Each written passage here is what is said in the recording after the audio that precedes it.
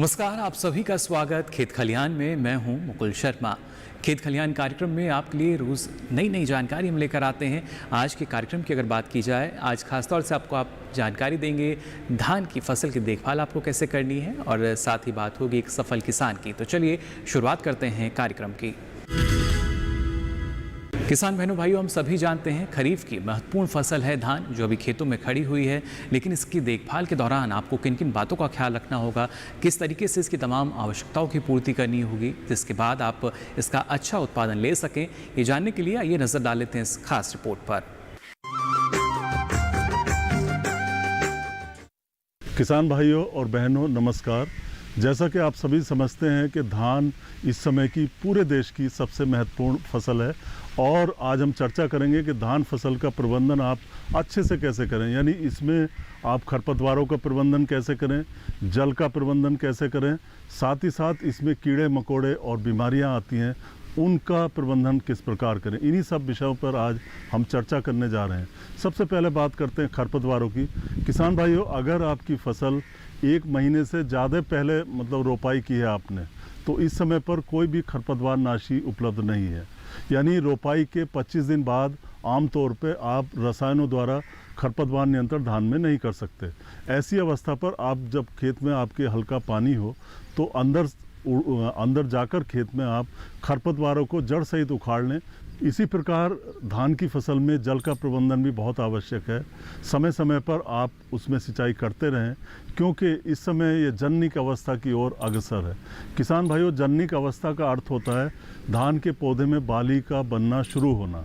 और आपको शायद पता हो, जब ये बाली निकलती है, जब हमको दिखाई देती है, वास्तव में उसके 1 महीना पहले ये बाली पौधे के अंदर बनना शुरू हो जाती है। हमें ये दिखाई नहीं देती, लेकिन ये बन रही होती है। ऐसी अवस्था पर सिंचाई का प्रबंधन बहुत ज़रूरी होता है। यानी खेत में आपके नमी होनी चाहिए। तो जो जननिक अवस्था है, इसमें कम से कम 2 से 3 सेंटीमीटर पानी आपके खेत में खड़ा होना चाहिए। इसी प्रकार इस अवस्था पर नाइट्रोजन की कमी भी नहीं होनी चाहिए, क्योंकि फसल में नाइट्रोजन बहुत बड़ा योगदान देती है। तो जैसा कि किसान भाई जानते हैं, नाइट्रोजन 3 बार हम आमतौर पर धान की फसल में लगाते हैं। पहली बार जो संस्तुत मात्रा है उसकी 1/3 मात्रा आप रोपाई के 10 दिन बाद देते हैं। दूसरी 1/3 मात्रा आप रोपाई के 25 से 30 दिन बाद देते हैं, जो कि आप दे चुके हैं। अब समय आ गया है जो 55 से 60 दिन वाली खुराक है नाइट्रोजन की, उसको आप अपने खेत में डालें। जैसे आपकी रोपाई 55 से 60 दिन की हो गई हो फसल की, तो आप उसमें बाकी 1/3 नाइट्रोजन का प्रयोग अवश्य करें। इसी प्रकार किसान भाइयों, खास करके जो आपने सीधी बिजाई की है उसमें लोहे की कमी आ सकती है। लोहे की कमी के लक्षण बड़े आसान हैं, आप पहचान सकते हैं। इसमें पहले ऊपर के पत्ते पीले होते हैं और फिर अगर ये कमी बनी रहती है तो नीचे के पत्ते भी पीले हो जाते हैं। पीले होने के बाद फिर धीरे धीरे इनका रंग सफ़ेद हो जाता है और सफ़ेद होने के बाद ये भूरे रंग में बदल जाते हैं और फसल आपकी सूख जाती है। कई बार काफ़ी नुकसान लोहे की कमी से होता है। इसके निदान के लिए, इसके उपचार के लिए आप आयरन सल्फेट जो होता है, फेरस सल्फेट हेप्टाहाइड्रेट, इसका आप 0.5% का घोल बनाएं। साथ ही साथ चूने का घोल भी बनाएं, जो कि आपको आधी सांद्रता में बनाना है। यानी 0.25% सांद्रता में आपको चूने का घोल बनाना है और इन घोलों की बराबर मात्रा आप लें और प्रति हेक्टेयर के हिसाब से आप इसका 500 लीटर घोल लें और उसका आप छिड़काव करें। ये छिड़काव आपको 10 से 12 दिन बाद दोहराना पड़ेगा। और साथ ही साथ लोहे की कमी के केस में आपको चाहिए कि खेत की सिंचाई भी आप भली भांति करें। अगर खेत में आपके पानी अच्छा रहेगा तो लोहे की कमी फसल में नहीं आएगी। अब किसान भाइयों, बात करते हैं कीड़े मकोड़े और बीमारियों की। धान की फसल में कई तरह के कीड़े मकोड़े आते हैं, खास करके जैसे तना छेदक है, पत्ती लपेटक है, या भूरे फुदके हैं, या जब बालियां निकलनी शुरू हो जाती हैं तो उसमें गंधी कीट आता है। आप इन कीटों की पहचान करें, इनसे होने वाले नुकसान की जांच करें, इसका आप निदान भी करें, इनका आप उपचार भी करें।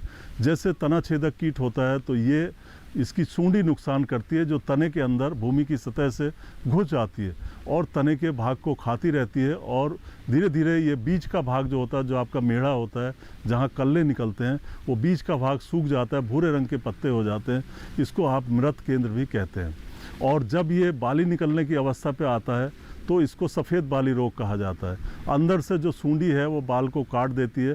जब बाल को आप बाहर खींचते हैं तो वो बड़ी आसानी से खिंच जाती है और उस बाल का रंग सफ़ेद होता है। ये तना छेदक की पहचान है। इसी तरीके से एक दूसरा कीट है धान की फसल में, जिसको हम पत्ती लपेटक कीट कहते हैं। पत्ती लपेटक कीट की जो सूंडी होती है वही नुकसान करती है और पत्ती को वो दोनों तरफ से सिल देती है। नोक से किनारे से शुरू होकर पत्ती को सिल देती है और उसमें एक नलिका सी बन जाती है, नली सी बन जाती है। और ये सूंडी जो पत्ती है उसका हरा पदार्थ खा लेती है, क्लोरोफिल को खा लेती है और कई बार ये भयंकर रूप में भी आ जाती है और पूरा खेत आपको चूने की पुताई की तरह नज़र आएगा, जैसे किसी ने चूने से आपके धान के पत्तों की पुताई कर दी हो। हालांकि अगर ये बहुत हल्की और कम मात्रा में, कम संख्या में कीड़े हैं तो इससे बहुत ज़्यादा नुकसान नहीं होता। जहाँ तक नियंत्रण की बात है, तना छेदक और पत्ती लपेटक दोनों कीटों का नियंत्रण एक ही तरह का है, यानी एक ही बार दवाई डालने से इनका नियंत्रण हो जाएगा। इसके लिए आप कार्टप हाइड्रोक्लोराइड 4G लें। 4% में दानेदार दवाई आती है, उसकी आप 10 किलोग्राम मात्रा प्रति एकड़ के हिसाब से या 25 किलोग्राम मात्रा प्रति हेक्टेयर के हिसाब से प्रयोग में लाएं तो तना छेदक और पत्ती लपेटक दोनों का नियंत्रण हो जाएगा। इसी प्रकार एक तीसरा कीट है जो भूरे फुदके होते हैं। ये भूरे फुदके के जो एडल्ट होते हैं, जो वयस्क होते हैं और जो शिशु होते हैं, जो बच्चे होते हैं, दोनों ये तने से रस चूसते हैं, पत्तियों से रस चूसते हैं और पौधा हमारा कमज़ोर हो जाता है। ख़ास करके जब बाली अवस्था आती है, बालियाँ निकलनी शुरू हो जाती है, तब इसका हमला ज़्यादा होता है। किसान भाइयों, ये मच्छर के आकार के, मच्छर से थोड़े बड़े होते हैं। इनकी पहचान आप कर सकते हैं। ये पौधे के तने के निचले भाग पे बैठते हैं और आपको चाहिए कि पौधों को हटा के रोज़ अपना देखें कहीं उसमें इसके शिशु और वयस्क बैठे हुए तो नहीं है। अगर ये आपको दिखाई देते हैं तो इनसे कई बार काफ़ी नुकसान हो जाता है और बाली अवस्था में इतना ये पौधे से रस चूस लेते हैं कि पौधे हमारे गिर जाते हैं और दूर से देखने पर आपको ऐसा लगेगा जैसे कि आपकी फसल जल गई हो। ये इसकी खास पहचान है और इस कीड़े के नियंत्रण के लिए आप कार्बाफ्यूरान नाम की दवाई आती है, उसका प्रयोग कर सकते हैं। कार्बाफ्यूरान की आप 30 किलोग्राम मात्रा प्रति हेक्टेयर के हिसाब से प्रयोग करें, जो कि 3G होती है। 3G 3% में आती है, दानेदार दवाई होती है। इसी प्रकार किसान भाइयों, एक निमेटोड या सूत्रकृमि के आने की संभावना भी होती है। सूत्रकृमि खास करके जो सीधी बिजाई से धान बोया है उसमें आते हैं। इनसे जड़ों में गांठें बन जाती हैं, पौधे आपके छोटे रह जाते हैं, पीले रंग के पौधे पत्ते हो जाते हैं और बढ़वार रुक जाती है और कई बार इन पे बालियाँ भी नहीं आती। इसके नियंत्रण के लिए आपको कार्बाफ्यूरान 3G, जैसे कि भूरे फुदके के केस में बताया गया है, उसकी आप 30 किलोग्राम मात्रा प्रति हेक्टेयर के हिसाब से प्रयोग में लाएं तो ये निमेटोड या सूत्रकृमि का निदान हो जाता है। किसान भाइयों, आप बात करते हैं रोगों की या बीमारियों की। इस समय सबसे महत्वपूर्ण बकानी एक रोग है जो आपकी पौधशाला से शुरू हो जाता है। इसमें पौधे ज़रूरत से ज़्यादा लंबे हो जाते हैं, चाहे पौधशाला हो चाहे खेत में हो। और खेत में आपने ध्यान से देखा हो तो ये पत्ते बहुत अनावश्यक रूप से लंबे दिखते हैं, पत्ते इनके पीले हो जाते हैं, इन पे आमतौर पे बालियाँ नहीं आती और बालियाँ अगर आ जाती हैं तो उनमें दाने नहीं बनते, काफ़ी नुकसान होता है। और अगर आप इनकी जड़ों को उखाड़ के देखते हैं, प्रभावित पौधों की जो बकानी रोग है, तो उसमें जड़ें आपको सड़ी हुई नज़र आएंगी। साथ ही साथ जड़ों के ऊपर के हिस्से से, यानी तने से भी आपको हवा में जड़ें निकलती दिखाई देंगी। बकानी रोग का इस अवस्था पर कोई नियंत्रण नहीं है किसान भाइयों। कई बार लोग कह देते हैं कि आप ये दवाई डाल दो, वो दवाई डाल दो। आप किसी दवाई का प्रयोग ना करें क्योंकि इसका नियंत्रण खेत में नहीं होता है। इसके लिए आप सिर्फ इतना कर सकते हैं कि अपने जो प्रभावित पौधे हैं उनको उखाड़ कर खेत से दूर ले जाकर मिट्टी में दबा दें और ये इसका नियंत्रण है। और अगले साल जब भी आप धान की फसल लगाएं तो बीज का उपचार जरूर करें क्योंकि बकानी रोग बीज जनित है और इसके नियंत्रण के लिए बीज उपचार ही सबसे प्रभावी विधि है जो अगले साल आप अपना सकते हैं। दूसरा प्रमुख रोग है बदरा रोग या झोंका रोग कहते हैं। इस रोग में किसान भाइयों, धान की पत्तियों पे आँख के आकार के भूरे रंग के या कत्थई रंग के धब्बे बन जाते हैं। ये धब्बे शुरू में छोटे होते हैं और फिर धीरे धीरे बड़े होकर पूरी पत्ती को ढक लेते हैं। पत्ती सूख सकती है, भूरे रंग की पत्ती हो सकती है। दूसरा, इसी रोग के लक्षण जो हैं बाली निकलने की अवस्था पे भी आते हैं, जिसको किसान भाई आमतौर पे गर्दन तोड़ बीमारी कहते हैं। इसमें होता क्या है कि जो जहाँ से बाली पौधे से जुड़ी होती है वो भाग कट के लटक सा जाता है या गल के लटक सा जाता है और इसको आप गर्दन तोड़ बीमारी कहते हैं। ये भी एक तरह का ब्लास्ट है, गर्दन तोड़ है। इसके नियंत्रण के लिए आप ट्राईसाइक्लाजोल 0.1% दवाई का प्रयोग कर सकते हैं, या हेक्साकोनाजोल का प्रयोग कर सकते हैं, या आप बावेस्टीन का प्रयोग कर सकते हैं 0.1% घोल, यानी 1 ग्राम दवाई 1 लीटर पानी। इस हिसाब से आप घोल बनाएं। मान लीजिए 500 लीटर पानी 1 हेक्टर में प्रयोग करना है तो उसमें 500 ग्राम दवाई लगेगी। किसान भाइयों, आपको ध्यान रखना है ट्राइसाइक्लाजोल बासमती में ऐसे किसान प्रयोग में ना लाएं जो इसका एक्सपोर्ट करते हैं, दूसरे देशों में इसको बेचते हैं। इसी प्रकार धान की फसल में कई अनेक रोग लगते हैं, जिनमें एक रोग और है, वो है जीवाणु पत्ती अंगमारी या बैक्टीरियल लीफ ब्लाइट। किसान भाई जानते हैं कई बार ये बहुत ही भयंकर रूप ले लेता है। इसमें शुरू में पत्ती के किनारों पर पीले रंग के लहरदार जल आसिक्त धब्बे बनते हैं और फिर ये धब्बे धीरे धीरे पूरी पत्ती को घेर लेते हैं। पत्ती सूख जाती है और कई बार काफ़ी नुकसान होता है, पूरे पौधे का पौधा भी इसमें सूख सकता है। इसकी पहचान करने के बाद इसका नियंत्रण ज़रूरी है। इसके लिए आप 75 ग्राम स्ट्रेप्टोसाइक्लिन और 500 ग्राम ब्लाइटोक्स या कॉपर ऑक्सीक्लोराइड, इसको आप 500 लीटर पानी में घोल बना लें और फिर इसका आप छिड़काव करें।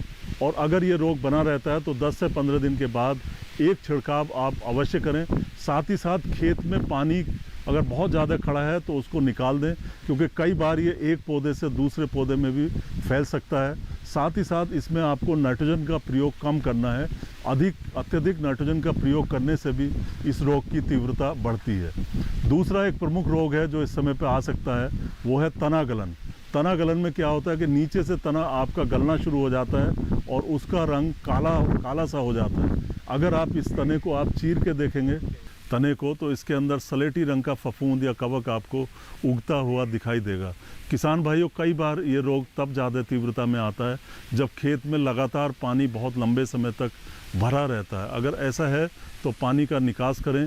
साथ ही साथ आप इसमें बावेस्टीन का छिड़काव करें 0.1% घोल, जिसके लिए आप 1 ग्राम बावेस्टीन प्रति लीटर पानी के हिसाब से 500 लीटर घोल बनाएं और प्रति हेक्टर में इसको आप छिड़क दें।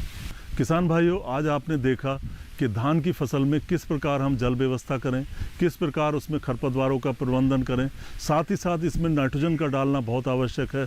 और जो आपका सीधी बिजाई से बोया हुआ धान है उसमें आप जो लोहे की कमी है उसका प्रबंधन अवश्य करें।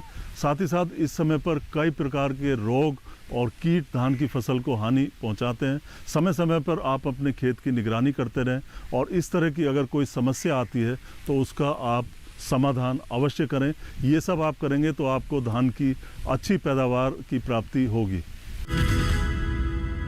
तो जाना आपने किस तरीके से आप धान की फसल की बेहतर ढंग से देखभाल करके अच्छी उपज ले सकते हैं और उसके बाद अच्छा मुनाफा कमा सकते हैं। फिलहाल खेत खलियान में वक्त उछला एक छोटे से ब्रेक का। आप बने रहिए दूरदर्शन किसान पर।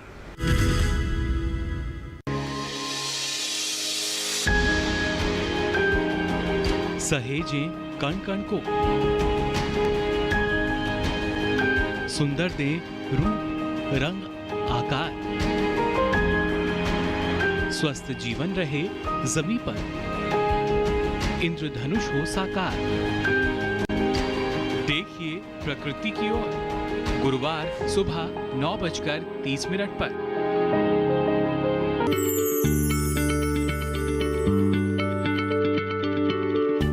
क्या आप किसी बीमारी से परेशान हैं? चाहते हैं डॉक्टर की सलाह? तो हम हैं आपके साथ, बताएंगे आपको जीने की राह। समस्याएं आपकी, समाधान देश के मशहूर विशेषज्ञों के। घर बैठे बात करें देश के जाने माने डॉक्टरों से। हमारे लाइव प्रोग्राम स्वस्थ किसान में हर शनिवार शाम 6 बजे से 7 बजे तक। ब्रेक के बाद आप सभी का एक बार फिर स्वागत खेत खलिहान में। अब चलिए आपको दिखाते हैं कामयाबी की एक दास्तां, यानी एक सफल किसान कैसे ये सफलता की सीढ़ियों पर चढ़े और कैसा रहा इनकी कामयाबी का सफ़र। आइए देखते हैं इस रिपोर्ट में।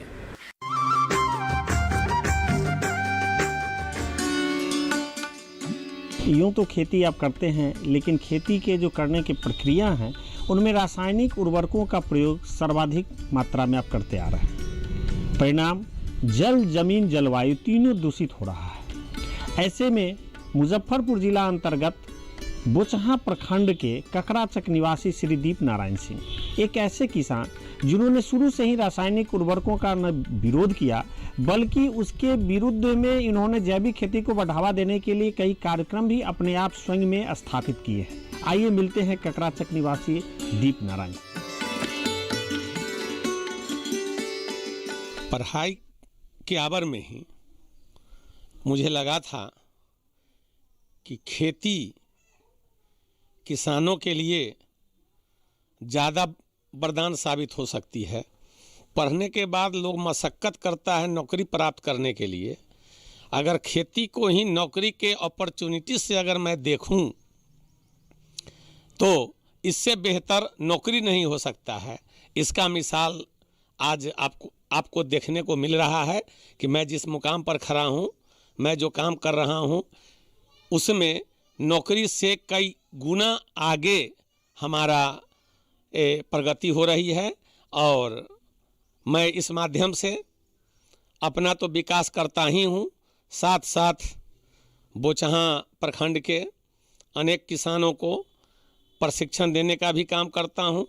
उनका भी समझता हूँ कि खाद का प्रयोग करते करते उनकी खेत की उर्वरा शक्ति घटती जा रही है, तो क्यों नहीं वो खाद के बदले में, रासायनिक खाद के बदले में ये जैविक खाद जो धरती के लिए वरदान है, इस मिट्टी के लिए वह अमृत का काम करता है, उसका एक कार्यक्रम बनाऊं और उस पर फोकस करूं और किसानों के बीच जाऊं। वह सफलता आज किसान को भी है और मुझे भी मिल रहा है। मैं खुद वर्मी कंपोस्ट का उत्पादन करता भी हूं, लोगों से करवाता भी हूं, समय समय पर जाके उनको तकनीकी जानकारी देता भी हूं, ताकि किसानों को किसी अन्य जगह बउआने की, घूमने की मौका नहीं मिले। रह गया बात कि आपने पूछा कि नौकरी छोड़कर आप खेती की ओर मुड़े, ऐसा क्यों? मेरा मानना है कि नौकरी जो शब्द है किसी अन्य के अंदर रहना है, और खेती जो शब्द है दिन रात मेरा अपना है। जब चाहूँ, जिस समय चाहूँ, जहाँ चाहूँ, मैं अपने बाग में, बगीचा में, खेत में, खलिहान में, जानवरों के बीच जा कर के मुआयना करता हूँ, खेती से अधिक उपजाता हूँ।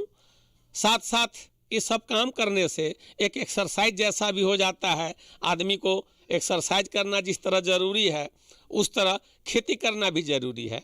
मैं खेती करके किसानों के बीच एक संदेश देना चाहता हूं कि नौकरी से मुख मोड़ो और खेती से नाता जोड़ लो, तुम आज न कल बहुत ही अच्छे हो जाओगे। आज देखने को मिल रहा है सर कि सरकार भी सोचती है कि जैविक खेती हो, किसान जैविक खेती के बारे में जानकारी प्राप्त करे। जैसा अखबारों में पढ़ने को मिलता है कि राज्य की सरकार, हमारी केंद्र की सरकार किसानों के हित में अनेक कार्यक्रम, अनेक कल्याणकारी कार्यक्रम चला रखी है, जिसका एक पहलू जैविक खेती का बढ़ावा देना है। मैं सरकार के इस संदेश को जन जन में पहुंचाने के लिए इस काम को की तरफ प्रेरित हुआ और लोग के लिए मैं चाहता हूं कि मैं एक प्रेरणा स्रोत रहूं। जैविक खेती के फायदों के बारे में ये कहते हैं कि रासायनिक खाद के लगातार प्रयोग से बिगड़ चुकी मिट्टी की भौतिक संरचना में सुधार होता है, मिट्टी की जल धारण क्षमता बढ़ जाती है, खेत में नमी ज्यादा समय तक सुरक्षित रहती है, जिससे बार बार सिंचाई नहीं करना पड़ता। रासायनिक खाद खेत के उर्वरा शक्ति को नीचे गिरा रही है। रासायनिक खाद के प्रयोग से खेत खराब होता जा रहा है, बंजर होता जा रहा है। तो मैंने डिमॉन्स्ट्रेशन के रूप में 2004-05 में इसका मैं प्रयोग किया। प्रयोग करने के बाद लगा कि जो मैं खाद डालकर, रासायनिक खाद डालकर खेती से जो आमदनी करता था, उपजाता था, वो इस प्रयोग के बाद लगा कि कम लागत में कम मेरा खर्च लग रहा है और अधिक से अधिक आमदनी बढ़ रही है, खेत की उर्वरा शक्ति भी बच रही है, पौधे में हरियाली बरकरार रहती है, जो जमीन के अंदर सिंचाई करना होता था 15 दिन पर, तो ये जैविक खेती से खेती करने के बाद लगा कि 20 दिन में भी करेंगे तो चल सकता है।